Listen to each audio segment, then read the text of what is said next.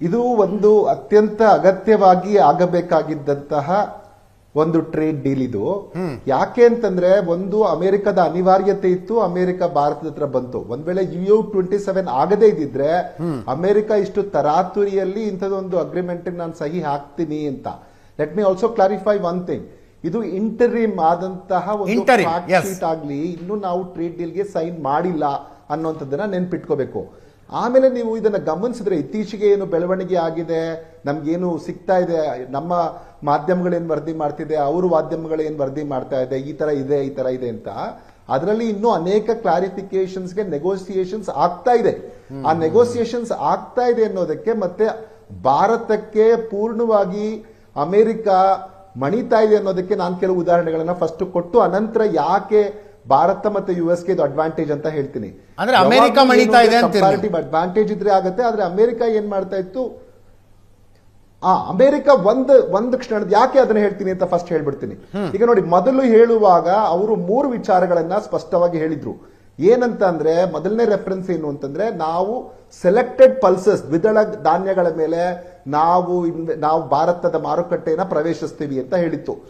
ಇವಾಗ ಅದು ತುಂಬಾ ಸೆನ್ಸಿಟಿವ್. ಇಲ್ಲ, ನಮ್ಮ ರೈತರಿಗೆ ಈತಾನೆ ಮಾತಾಡ್ತಾ ಇದ್ವಿ, ಚರ್ಚೆ ಆಗ್ತಾ ಇತ್ತು, ಚೆನ್ನಾಗಿತ್ತದು.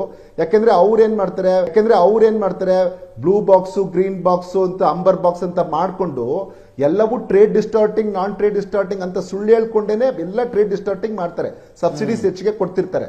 ಹಾಗಾಗಿ ನಮ್ಮ ರೈತರ ಹಿತಾಸಕ್ತಿ ಕಾಯ್ಲಿಕ್ಕಾಗಿ ನಾವು ದ್ವಿದಳ ಧಾನ್ಯಗಳನ್ನ ಒಪ್ಕೊಳ್ಳಿಕ್ಕೆ ಸಿದ್ಧ ಇರಲಿಲ್ಲ. ಅದನ್ನ ಮೊದಲನೇ ಸರಿ ಅವ್ರು ಏನ್ ಫ್ರೇಮ್ ವರ್ಕ್ ಅಲ್ಲಿ ಹಾಕಿದ್ರು ಅದನ್ನ ಇವಾಗ ಬಿಟ್ಟಿದ್ದಾರೆ, ಕೈ ಬಿಟ್ಟಿದ್ದಾರೆ. ನೀವು ಗಮನಿಸಿದ್ರೆ ಈಗ ರಿವೈಸ್ಡ್ ಫ್ಯಾಕ್ಟ್ ಶೀಟ್ ಏನ್ ಬಂದಿದೆ ಅಮೆರಿಕಾದಿಂದ, ಅದರಲ್ಲೇನೆ ಅದು ಕ್ಲಿಯರ್ ಆಗಿ ಬಿಟ್ಟಿದೆ, ನಾವು ಯಾವುದೇ ಕಾರಣಕ್ಕೂ ದ್ವಿದಳ ಧಾನ್ಯಗಳ ಬಗ್ಗೆ ನಾವು ನೆಗೋಷಿಯೇಟ್ ಮಾಡ್ತಾ ಇಲ್ಲ ಅನ್ನುವಂಥದ್ದನ್ನ ಸ್ಪಷ್ಟಪಡಿಸಿದೆ. ಎರಡನೇದು ನೋಡಿ, ಅವ್ರದ್ದು ಟೋನ್ ಮತ್ತೆ ಲ್ಯಾಂಗ್ವೇಜ್ ಹೆಂಗಿತ್ತು ಅಂತಂದ್ರೆ, ಒಂದು ಕಮಾಂಡ್, ಒಂದು ಬಾಸ್ ಇನ್ನೊಬ್ಬರಿಗೆ ಹೇಳುವ ರೀತಿಯಲ್ಲಿ ಇತ್ತು ಅನೇಕ ಅವರ ಫ್ಯಾಕ್ಟ್ ಶೀಟ್ ಅಲ್ಲಿ. ಅದನ್ನ ನಾವು ಕೂಡ ಗಮನಿಸಿದೀವಿ. ಏನಂತಂದ್ರೆ ಅದನ್ನ ಹೇಳಿದ್ರು, ನಾವು ಭಾರತ ಕಮಿಟ್ ಮಾಡ್ಕೊಂಡಿದೆ ತನ್ನನ್ನು ತಾನು $500 ಬಿಲಿಯನ್ 5 ವರ್ಷದಲ್ಲಿ ವ್ಯಾಪಾರ ಮಾಡಲಿಕ್ಕೆ ಕಮಿಟ್ ಮಾಡ್ಕೊಂಡಿದೆ ಅಂತ ಅವ್ರು ಹೇಳಿದ್ರು. ಕಮಿಟ್ ಅಂದ್ರೆ ನಮ್ಗೆ ಗೊತ್ತಿದೆ ಒಂದು ಆಬ್ಲಿಗೇಷನ್, ನಾವು ಅವರಿಗೆ ಬದ್ಧರಾಗಿದ್ದೀವಿ, 500 ಬಿಲಿಯನ್ ಮಾರುಕಟ್ಟೆಗೆ ನಾವು ಬದ್ಧರಾಗಿದ್ದೀವಿ 5 ವರ್ಷದಲ್ಲಿ ಅಂತ.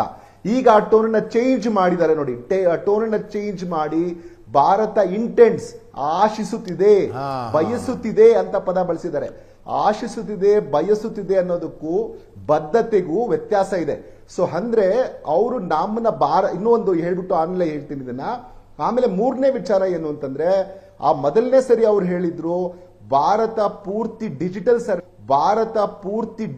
ಸರ್ವಿಸ್ ಟ್ಯಾಕ್ಸ್ ನ ಪೂರ್ತಿ ನಮ್ಮ ವಿಚಾರದಲ್ಲಿ ತೆಗೆದು ಹಾಕ್ತಾರೆ, ಯಾವುದೇ ಡಿಜಿಟಲ್ ಸರ್ವಿಸಸ್ ಮೇಲೆ ಭಾರತ ತೆರಿಗೆಯನ್ನು ಹಾಕಲ್ಲ ಅಂತ ಮೊದಲನೇ ಫ್ಯಾಕ್ಟ್ ಶೀಟ್ ಅಲ್ಲಿ ಹೇಳ್ತಾ ಇತ್ತು. ಈಗ ರಿವೈಸ್ಡ್ ಫ್ಯಾಕ್ಟ್ ಶೀಟ್ ಅಲ್ಲಿ ಹೇಳ್ತಾ ಇದೆ, ನಾವು ನೆಗೋಷಿಯೇಟ್ ಮಾಡ್ತೀವಿ, ಡಿಜಿಟಲ್ ಸರ್ವಿಸಸ್ ಬಗ್ಗೆ ನೆಗೋಷಿಯೇಟ್ ಮಾಡಕ್ಕೆ ಇಬ್ಬರು ಬದ್ಧರಾಗಿದ್ದೀವಿ 2 ರಾಷ್ಟ್ರಗಳು ಅಂತ. ಅಂದ್ರೆ ಭಾರತವನ್ನ ಈ ತರದ ಒಂದು ಟ್ವೀಟ್ ಮಾಡಿ, ಈ ತರ ಒಂದು ಫ್ಯಾಕ್ಟ್ ಶೀಟ್ ಅವರೇ ನಮ್ಗಿಂತ ಮುಂಚೆ ಅನೌನ್ಸ್ ಮಾಡಿ ಒಂದು ಬಾಕ್ಸ್ ಅಲ್ಲಿ ಹಾಕಿ ನಮ್ಮನ್ನ ನಾವು ಇದನ್ನ ಹೇಳ್ದಂಗೆ ನೀವು ಕೇಳ್ತೀರಾ ಅನ್ನುವ ತರದಲ್ಲಿ ಅವರು ಪ್ರೊಜೆಕ್ಷನ್ ಏನ್ ಕೊಟ್ರು. ಅನಂತರ ಇವಾಗ ಏನ್ ಗೊತ್ತಾಗ್ತಾ ಇದೆ ಅಂತಂದ್ರೆ, ಭಾರತ ಅದಕ್ಕೆ ಯಾವಾಗ ಮಣಿತಾ ಇಲ್ಲ, ಆದ್ರೆ ಈಗಲೂ ನೆಗೋಸಿಯೇಷನ್ಸ್ ನಡೀತಾ ಇದೆ ಅನ್ನೋದಕ್ಕೆ ಒಂದು ಸಾಕ್ಷಿ ಇದು. ಎರಡನೇದೇನು ಅಂತಂದ್ರೆ, ಡೀಪರ್ ಎಂಗೇಜ್ಮೆಂಟ್ಸ್ಗೆ ಇದು ಕಾರಣ ಆಗುತ್ತೆ. ನಾವ್ ಯಾವಾಗ್ಲೂ ಏನು ಅಂತಂದ್ರೆ, ನಾವು ಈ ಒಂದು ಬದಲಾವಣೆ ಮಾಡ್ಕೊಳ್ದಿದ್ರೆ ಭಾರತ ನಮ್ಮ ಜೊತೆಗೆ ಮತ್ತೆ ಮುಂದುವರಿಯಲ್ಲ ಅನ್ನುವಂಥದ್ದು ಸ್ಪಷ್ಟ ಸಂದೇಶ ಭಾರತ ಸರ್ಕಾರ ಕಳಿಸಿರೋದಕ್ಕೆ ಮಾತ್ರ ಈ 3 ಬದಲಾವಣೆಗಳನ್ನ ಅವರು ಮಾಡಿ ಈಗ ರಿವೈಸ್ಡ್ ಫ್ಯಾಕ್ಟ್ ಶೀಟ್ ಅಲ್ಲಿ ಅನೌನ್ಸ್ ಮಾಡಿದ್ದಾರೆ. ಅಂದ್ರೆ ಭಾರತ ತನ್ನನ್ನು ತಾನು ಡಿಫೆಂಡ್ ಮಾಡ್ಕೊಳ್ಳಿಕ್ಕೆ ಶಕ್ತಿಶಾಲಿ ಆಗಿರೋದನ್ನ ತೋರಿಸುತ್ತೆ. ಹಾಗೇನೆ US ಕೂಡ ಓಪನ್ ಆಗಿದ್ದೀನಿ, ನಾನು ಇವ್ರ ಮೇಲೆ ಇಂಪೋಸ್ ಮಾಡಿದ್ರೆ ನಡೆಯಲ್ಲ ಅನ್ನುವಂತ ಮನವರಿಕೆ ಅವ್ರಿಗೂ ಆಗಿದೆ ಅನ್ನುವಂಥದ್ದನ್ನು ಇದು ತೋರಿಸುತ್ತೆ. ಹಾಗೇನೆ ಭಾರತದಲ್ಲಿ ಕೃಷಿ ಅಂತ ವಿಚಾರವನ್ನ ತುಂಬಾ ಸೆನ್ಸಿಟಿವ್ ಇದೆ, ನಾನು ಏನೋ ಹೇಳಿದ ತಕ್ಷಣ ಅಲ್ಲಿ ನನಗೆ ಓಪನ್ ಮಾಡ್ಬಿಡ್ತಾರೆ ಮಾರ್ಕೆಟ್ ಅಂತ ಆಗಲ್ಲ ಅನ್ನುವಂಥದ್ದು ಗೊತ್ತಾಗಿದೆ. 4ನೇ ವಿಚಾರ ಇದರಿಂದ ನಮಗೆ ಗೊತ್ತಾಗೋದೇನು ಅಂತಂದ್ರೆ, ನೆಗೋಸಿಯೇಷನ್ಸ್ ಇನ್ನೂ ಆನ್ ಇದೆ. ಇದು ಕೇವಲ ತುಂಬಾ ಇಂಟರಿಮ್, ತುಂಬಾ ಮುಂಚೆ ನಾವು ಇದ್ರ ಬಗ್ಗೆ ಚರ್ಚೆ ಮಾಡ್ತಾ ಇದೀವಿ ಅಥವಾ ಇಷ್ಟೊಂದು ಆತಂಕ ಇರುವುದು ಸಹಜನೇ. ಯಾಕೆಂತಂದ್ರೆ ಅಮೆರಿಕದಂತ ಒಂದು ದೊಡ್ಡ ರಾಷ್ಟ್ರದ ಜೊತೆ ವ್ಯಾಪಾರ ಡೀಲ್ ಆದಾಗ, ಈವನ್ 1, 2, 3 ಅಗ್ರಿಮೆಂಟ್ ಆದಾಗ ಸಹ ಸಾಕಷ್ಟು ಚರ್ಚೆ, ಪರ ವಿರೋಧಗಳು ನಡೆದ್ವು, ಈಗಲೂ ಕೂಡ ನಡಿಬೇಕು. ನನ್ನ ಪ್ರಕಾರ ಒಂದು ಡೆಮೋಕ್ರಸಿ ಅಂದ್ರೆ ಅದೆಲ್ಲವೂ ನಡಿಬೇಕು. ಅದೆಲ್ಲ ಕರೆಕ್ಟ್ ಸರ್. ಆದ್ರೆ ಮೊದಲು ಯಾವ ವಸ್ತುಗಳಿಗೆ 3 ರಿಂದ 4% 5% ಟ್ಯಾಕ್ಸ್ ಕೊಡ್ತಾ ಇದ್ವಿ, ಅದನ್ನ ಟ್ರಂಪ್ ಮಹಾಶಯರು ಬಂದು ಏಕಾಏಕಿ 50%ಗೆ ತಗೊಂಡೋದ್ರು. ಈಗ ನಾವು 18%ಗೆ ಇಳಿಸಿದೀವಿ ಅಂತ ಸಂಭ್ರಮಾಚರಣೆ ಮಾಡ್ತಾ ಇದೀವಿ. ಮೊದಲು 5% ಇದ್ದದನ್ನ ಯಾರು ಹೇಳ್ತಾ ಇಲ್ವಲ್ಲ, 5ರಿಂದ 18ಕ್ಕೆ ಹೋಗಿರೋದನ್ನ ಯಾರು ಹೇಳ್ತಿಲ್ವಲ್ಲ. ಅಲ್ಲ ಇದಕ್ಕೆ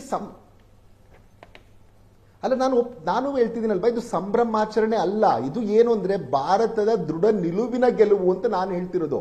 ಅವರು ಯಾವಾಗ 50% ಏರಿಸಿದ ಮಾತ್ರಕ್ಕೆ ಭಾರತ ಏನು ಇಲ್ಲ ಆಯ್ತು ನೀವು ಹೇಳಿದ್ದನ್ನು ನಾವು ಕೇಳ್ತೀವಿ, ನೀವು ಇದ್ರ ಮೇಲೆ ಕೇಳ್ತಾ ಇದ್ದೀರಾ, ಡೈರಿಯಲ್ಲಿ ಅಲೋ ಮಾಡು ಅಂತ ಹೇಳ್ತಾ ಇದ್ರೆ ನಾವು ಡೈರಿಯಲ್ಲಿ ಅಲೋ ಮಾಡ್ತಾ ಇದೀವಿ ಅಂತ ಭಾರತ ಒಪ್ಕೊಂಡಿಲ್ಲ. ಕೃಷಿ ಮೇಲೆ ಕೃಷಿಯಲ್ಲಿ ನಾವು ಬರ್ತಿದೀವಿ ಅಲೋ ಮಾಡಿಲ್ಲ. ಆದ್ರೆ ಕೃಷಿಯ ಜೊತೆಗೆ ಒಂದಷ್ಟು ಮುಂಚೆಯಿಂದ ಏನು ವ್ಯಾಪಾರ ಆಗ್ತಾ ಇತ್ತು ಅದು ಕಂಟಿನ್ಯೂ ಆಗುತ್ತೆ. ಆದ್ರೆ ಮತ್ತೆ ನೀವು ನೋಡಿ ಆ ಡೀಟೇಲ್ಸ್ ಅನ್ನ ನೋಡಿದ್ರೆ ಟೆಕ್ಸ್ಟೈಲ್ಸ್ ಆಗ್ಲಿ, ಲೆದರ್ ಆಗ್ಲಿ, ಕೆಮಿಕಲ್ಸ್ ಆಗ್ಲಿ, ಮೆರೈನ್ ಪ್ರಾಡಕ್ಟ್ಸ್ ಮೇಲೆ ಆಗ್ಲಿ ಮೊದಲಿದ್ದಕ್ಕಿಂತ ಜಾಸ್ತಿ ಇದೆ. ನಾನು ಹೇಳ್ತೀನಲ್ಲ, MFN ಇತ್ತು ಮೊದಲು 10% ಇತ್ತು, ಈಗ ಅದು 18% ಆಗುತ್ತೆ. ಆದ್ರೆ ರಿಲೇಟಿವ್ ಅಡ್ವಾಂಟೇಜ್ ನ ಗಮನ, MFN ಇತ್ತು ಮೊದಲು 10% ಇತ್ತು, ಈಗ ಅದು 18% ಆಗುತ್ತೆ. ಆದ್ರೆ ರಿಲೇಟಿವ್ ಅಡ್ವಾಂಟೇಜ್ ನ ಗಮನಿಸಬೇಕು. ಬೇರೆ ಬೇರೆ ದೇಶಗಳಿಗೆ ಹೋಲಿಸಿದಾಗ ಭಾರತ ಅಡ್ವಾಂಟೇಜಸ್ ಪೊಸಿಷನ್ ಅಲ್ಲಿ ಇರುವಂತದನ್ನ ನಾವು ಗಮನಿಸ್ತೀವಿ. ಇನ್ನ ಕೆಲವು ಮೊದಲು 0 ಇದ್ದದನ್ನು 0 ಇದೆ, ಎಲ್ಲದ್ರ ಮೇಲೆ 18 ಇದೆ ಅಂತ ನಾವು ಅನ್ಕೊಳ್ತಾ ಇರೋದು ತಪ್ಪಾಗುತ್ತೆ. ಬಾಂಗ್ಲಾದೇಶಿ ಟೆಕ್ಸ್ಟೈಲ್ ಮೇಲೆ 0 ಟ್ಯಾಕ್ಸ್ ಅಂತಿದ್ದಾರೆ. ಮಿಷನರಿ ಇರ್ಬೋದು, ಏರ್ಕ್ರಾಫ್ಟ್ ಪಾರ್ಟ್ಸ್ ಇರ್ಬೋದು, ತೋರಿಸಿದ್ದಾರೆ 0 ಟ್ಯಾಕ್ಸ್. ಟೀ, ಕಾಫಿ ಇವುಗಳ ಮೇಲೆ 0 ಇದೆ. ಹಾಗೆಯೇ ನೀವು ಸ್ಮಾರ್ಟ್ ಫೋನ್ಸ್, ನಮ್ಮ ಫಾರ್ಮಾ ದೊಡ್ಡ ಅಡ್ವಾಂಟೇಜ್ ನಮಗೆ, ಅದ್ರ ಮೇಲೆ 0 ಇದೆ. ಆಮೇಲೆ ಅಗ್ರಿಕಲ್ಚರ್ ಪ್ರಾಡಕ್ಟ್ಸ್ ಮೇಲೆ ನಮ್ಮ ಭಾರತ ಏನು ಮಿನರಲ್ಸ್ ಮತ್ತೆ ಅಗ್ರಿಕಲ್ಚರ್ ಪ್ರಾಡಕ್ಟ್ಸ್ ಇದೆ ಅದ್ರ ಮೇಲೆ ಈಗಲೂ 0 ಇದೆ. ಮತ್ತೆ ಸ್ಟೀಲ್, ಅಲ್ಯೂಮಿನಿಯಂ, ಕಾಪರ್ ಬಗ್ಗೆ ಇನ್ನ ಕ್ಲಾರಿಟಿ ಇಲ್ಲ, ಅದು 50ರಲ್ಲೇ ಇದೆಯಾ ಅಥವಾ 18ಕ್ಕೆ ಬಂದಿದೆಯಾ ಅದ್ರದ್ದು ಇನ್ನೂ ಕ್ಲಾರಿಟಿ ನಮಗೆ ಸಿಗ್ತಾ ಇಲ್ಲ. ಹಾಗೆಯೇ ಅಮೆರಿಕಾಗೆ ನಾವು ಕೊಟ್ಟಿರುವ ಕನ್ಸೆಷನ್ಸ್ ನೋಡಿ, 90% ಇಂಡಸ್ಟ್ರಿಯಲ್ ಗುಡ್ ಬಗ್ಗೆ ಮಾತಾಡುವಾಗ್ಲೂ ಸಹ ಇದು ಓವರ್ ದಿ ಇಯರ್ಸ್ 10 ವರ್ಷಗಳ ಕಾಲದಲ್ಲಿ ಎಷ್ಟೆಷ್ಟು ಎಲಿಮಿನೇಟ್ ಮಾಡ್ತೀವಿ ಅನ್ನೋದನ್ನ ನಾವು ಕ್ಲಿಯರ್ ಆಗಿ ಟೈಮ್ ಟೇಬಲ್ ಅಲ್ಲಿ ಹೇಳ್ತೀವಿ. ಯಾವ ಘಟ್ಟದಲ್ಲಿ ಎಷ್ಟೆಷ್ಟು ಟ್ಯಾರಿಫ್ ಎಲಿಮಿನೇಟ್ ಆಗುತ್ತೆ, ಇದು 10 ವರ್ಷಗಳ ಕಾಲದಲ್ಲಿ ರಿಡಕ್ಷನ್ ಆಗುವಂತದ್ದು ಅನ್ನೋಂಥದ್ದನ್ನು ಕ್ಲಿಯರ್ ಆಗಿದೆ. ಕಾರ್ಸ್ ವಿಚಾರಕ್ಕೆ ಬಂದಾಗ ಡಂಪ್ ಮಾಡ್ಬಿಡ್ತಾರೆ ಕಾರ್ಗಳನ್ನ ಅಂತಂದ್ರೆ ಅದಕ್ಕೂ ಒಂದು ಕೋಟ ಹಾಕಿದ್ದಾರೆ. ಇಲ್ಲ, ವರ್ಷಕ್ಕೆ ಇಷ್ಟು ಕಾರ್ಗಳು, 3 ಲಕ್ಷ ಕಾರ್ಗಳನ್ನು ನಾವು ಮಾತ್ರ ಮಾಡ್ತೀವಿ, ಅದರಲ್ಲೂ 30% 10 ವರ್ಷದಲ್ಲಿ ನಾವು ಕಟ್ ಮಾಡುವಂಥದ್ದು ಕೋಟಾ ಅವ್ರಿಗೆ ಬ್ಯಾಂಕೆಟ್ ಆಗಿ, ಅದು 18% ಅಲ್ಲಿ, ಇದು 0 ಬರ್ತಾ ಇಲ್ಲ. ಆಮೇಲೆ ಇನ್ನು ಆಲ್ಕೋಹಾಲ್ ಇರ್ಬೋದು, ಆಪಲ್ಸ್ ಇರ್ಬೋದು, ಆಮೇಲೆ ಕನ್ಸೆಷನ್ ನಾವು ಕೊಟ್ಟೇ ಇಲ್ಲ ಅವ್ರಿಗೆ, ವೀಟು, ರೈಸು, ಕಾರ್ನು ಇಂಥದ್ರ. ಆಮೇಲೆ ಕನ್ಸೆಷನ್ ನಾವು ಕೊಟ್ಟೇ ಇಲ್ಲ ಅವ್ರಿಗೆ, ವೀಟು, ರೈಸು, ಕಾರ್ನು ಇಂಥದ್ರ ಬಗ್ಗೆ ಬಂದಾಗ. ಆದ್ರೂ ಇನ್ನೂ ಕೆಲವು ಕ್ವಶನ್ಸ್ ಇದ್ದೇ ಇದೆ. ನಾನು ಈಗ ಪೂರ್ತಿಯಾಗಿ ನಮ್ಗೆ ಎಲ್ಲ ಅರ್ಥ ಆಗ್ಬಿಟ್ಟಿದೆ, ಭಾರತ ಫುಲ್ ಅಡ್ವಾಂಟೇಜಸ್ ಆಗಿದೆ ಇವಾಗಲೇ ಅಂತ ನಾನು ಹೇಳ್ತಿಲ್ಲ. ಆದ್ರೆ ಭಾರತ ಸರ್ಕಾರದ ದೃಢ ಧೋರಣೆ ನಮಗೆ ಇಲ್ಲಿ ಕಾಣಿಸ್ತಾ ಇದೆ, ದೃಢ ನಿಲುವಿಲ್ ಕಾಣಿಸ್ತಾ ಇದೆ. ಇಲ್ಲದೆ ಇದ್ರೆ ಅವರು ಬಹುಶಃ ಈ ರಿವೈಸ್ ಫ್ಯಾಕ್ಟ್ ಶೀಟ್ ಅನ್ನ ಮಾಡಿ ನಾನು ಇಲ್ಲಪ್ಪ ನಾನು ಮೃದು ಧೋರಣೆ ತೋರಿಸ್ತೀನಿ ಭಾರತಕ್ಕೆ ಅಂತ ಟ್ರಂಪ್ ಹೇಳುವಷ್ಟು ದೊಡ್ಡತನ ಏನು ಖಂಡಿತ ತೋರಿಸ್ತಾ ಇರಲಿಲ್ಲ. ಅದನ್ನ ನಾವಿಲ್ಲಿ ಗಮನಿಸಬೇಕು. ಮತ್ತೆ ಏನು ಅಂತಂದ್ರೆ ವ್ಯಾಪಾರದ ವಿಚಾರಕ್ಕೆ ಬಂದಾಗ ಯಾವಾಗ್ಲೂ ಅಡ್ವಾಂಟೇಜಸ್ ಎರಡೂ ದೇಶಗಳಿಗೆ ಆದ್ರೆ ಮಾತ್ರ ಅದು ವ್ಯಾಪಾರ ಸಸ್ಟೈನ್ ಆಗುತ್ತೆ. ಈಗ ನೋಡಿ ನಾವೇನಂತ ಅಲ್ಲಿ ಚೇಂಜ್ ಮಾಡಿದ್ದಾರೆ ಅವರು, ಭಾರತ ಆಶಿಸುತ್ತದೆ $500 ಬಿಲಿಯನ್ ನಾವು ವ್ಯಾಪಾರವನ್ನ 5 ವರ್ಷದಲ್ಲಿ ಮಾಡ್ತೀವಿ.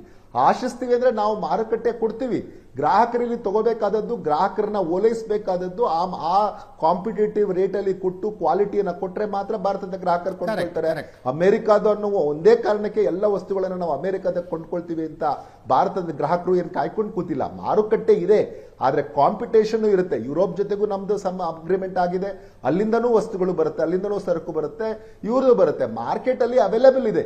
ನಿಮ್ಗೆ ಮಾಲ್ಗೆ ಹೋದ್ರೆ ಎಲ್ಲ ಯಾವ್ಯಾವ ತರ ಇರುತ್ತೆ, ಮಾರುಕಟ್ಟೆಗೆ ಹೋದ್ರೆ ಎಲ್ಲಾ ವಸ್ತುಗಳು ಇದೆ. ಯುರೋಪ್ ಇದೆ, ಅಮೆರಿಕದ್ದು ಇದೆ, ಆಸ್ಟ್ರೇಲಿಯಾದ್ದು ಇದೆ, ಕೆನಡಾದ್ದು ಇದೆ. ಯಾವುದು ಕಾಂಪಿಟೇಟಿವ್ ಆಗಿರುತ್ತೆ ಅದನ್ನ ಭಾರತೀಯ ಕೊಂಡ್ಕೊಳ್ತಾನೆ, ಆಗ್ಲಿ ಎಲ್ಲವನ್ನು ಇವ್ರದನ್ನೇ ಕೊಂಡ್ಕೊಳ್ತೀವಿ ಅಂತ ಏನ್ ಹೇಳಿಲ್ಲ. ಹಾಗೇನೆ ಭಾರತ ಕೂಡ ಅವರು ವೆರಿ ಕ್ಲಿಯರ್ ಆಗಿ ಹೇಳಿದೆ, ನಿಮ್ಮ ಮಾರುಕಟ್ಟೆಯನ್ನು ನಾವು ಅದೇ ರೀತಿ ಪ್ರವೇಶಿಸ್ತಾ ಇರೋದು. ನಮ್ಮ ಭಾರತಕ್ಕೆ ಅಂತ ಕೂಡ ಅವರು ವೆರಿ ಕ್ಲಿಯರ್ ಆಗಿ ಹೇಳಿದೆ, ನಿಮ್ಮ ಮಾರುಕಟ್ಟೆಯನ್ನು ನಾವು ಅದೇ ರೀತಿ ಪ್ರವೇಶಿಸ್ತಾ ಇರೋದು. ನಮ್ಮ ಭಾರತಕ್ಕೆ ಅಂತ ಪ್ರಿಫರೆನ್ಸ್ ಇಲ್ಲ. ಭಾರತದ ಕ್ವಾಲಿಟಿಯ ಗೂಡ್ಸ್ ಇರೋದ್ರಿಂದ, ಮತ್ತೆ ಭಾರತದ ಯಾವಾಗಲೂ ಅಗ್ರಿಕಲ್ಚರ್ ಗೂಡ್ಸ್ ಅಲ್ಲಿ ಈ ಸ್ಪೈಸಸ್, ಕಾಫಿ, ಟೀ ಇಂಥವಕ್ಕೆ ಡಿಮ್ಯಾಂಡ್ ಜಾಸ್ತಿ ಇರೋದ್ರಿಂದ ಒಂದು ಬಾಸ್ಮತಿ ಅಕ್ಕಿ ಇವೆಲ್ಲವೂ ಎಷ್ಟೊಂದು ಅಲ್ಲಿ ಜನಕ್ಕೆ ಪ್ರೀತಿಸಿರೋದ್ರಿಂದ ಖಂಡಿತವಾಗಿ ಅದಕ್ಕೆ ಮಾರ್ಕೆಟ್ ಇರುತ್ತೆ. ಹಾಗಾಗಿ ಅವನ್ನ ಕೊಂಡ್ಕೊಳ್ತಾ ಇದ್ದಾರೆ. ಭಾರತ ಯಾಕೆ ಟ್ರೇಡ್ ಸರ್ಪ್ಲಸ್ ಆಗಿತ್ತು ಇಷ್ಟು ದಿನ ಅಂತಂದ್ರೆ ಭಾರತದ ಮೇಲಿನ ಅಮೆರಿಕದ ಪ್ರೀತಿ ಏನು ಕಾರಣ ಅಲ್ಲ, ಅದಕ್ಕೆ ಭಾರತದ ವಸ್ತುಗಳಿಗಿದ್ದಂತಹ ಗುಣಮಟ್ಟದ ಕಾರಣದಿಂದ. ಮತ್ತೆ ನೀವು ನೋಡಿ ಅವರೀಗ 50% ಹೆಚ್ಚಿಗೆ ಮಾಡಬೇಕು ಭಾರತದ ಜೊತೆ ಟ್ರೇಡ್. ಏನಂದ್ರೆ ಒಂದು ಬೋಯಿಂಗ್ ನ $50 ಬಿಲಿಯನ್ ಏನು ಅಗ್ರಿಮೆಂಟ್, $50 ಮಿಲಿಯನ್ ಅಗ್ರಿಮೆಂಟ್ ಸೈನ್ ಆಗಿದೆ, ಅದನ್ನೇ ಇನ್ನೂ ಅವರು ಸಪ್ಲೈ ಮಾಡಕ್ಕೆ ನಮ್ಗೆ ಆಗ್ತಾ ಇಲ್ಲ. ಅಂದ್ರೆ ಒಂದು ಅವ್ರ ಕಡೆನೂ ಏನೋ ಅಷ್ಟೊಂದು ನಮ್ಮ ಮೇಲೆ ಬಲಾಢ್ಯರಾಗಿ ನಾವು ಹೇಳ್ದಂಗೆ ಕೇಳ್ಬಿಡ್ತೀವಿ ಮಾಡ್ತೀವಿ ಹಂಗೆ ಆ ತರದ ಧೋರಣೆ ಇವತ್ತು ಖಂಡಿತ ಅಮೆರಿಕದ ಹತ್ರ ಇಲ್ಲ. ಇವನ್ ಭಾರತದ ಶಕ್ತಿಯ ಬಗ್ಗೆನೂ ಅವರು ಕಡೆಗಣಿಸುವಂತ ಸ್ಥಿತಿಯಲ್ಲಿ ಅವರು ಇಲ್ಲ. ಯಾಕಂದ್ರೆ ಭಾರತ ಈಗ ಅಗಾಧವಾಗಿ ಬೆಳೀತಾ ರೈಟ್. ಇದೆ. ಇಬ್ಬರು ಆರ್ಥಿಕ ಅವ್ರಿಗೆಲ್ಲರಿಗೂ ತಜ್ಞರ ನೇರ ಸಣ್ಣ ಸಂಪರ್ಕದಲ್ಲಿದ್ದಾರೆ. ಇಬ್ಬರ ಅಭಿಪ್ರಾಯ ಇದು ಭಾರತದ ವಿರುದ್ಧ ಅಲ್ಲ. ಕೇಶವ್ ಸರ್ ಹೇಳಿದಂತೆ ಅಂದ್ರೆ ಅನೇಕರು ಕನ್ಫ್ಯೂಸ್ ಮಾಡ್ಕೊಂಡಿದ್ದಾರೆ, ಫೈನಲ್ ಡೀಲೇ ಸೈನ್ ಆಗ್ಬಿಟ್ಟಿದೆ ಅಂತ. This is entry.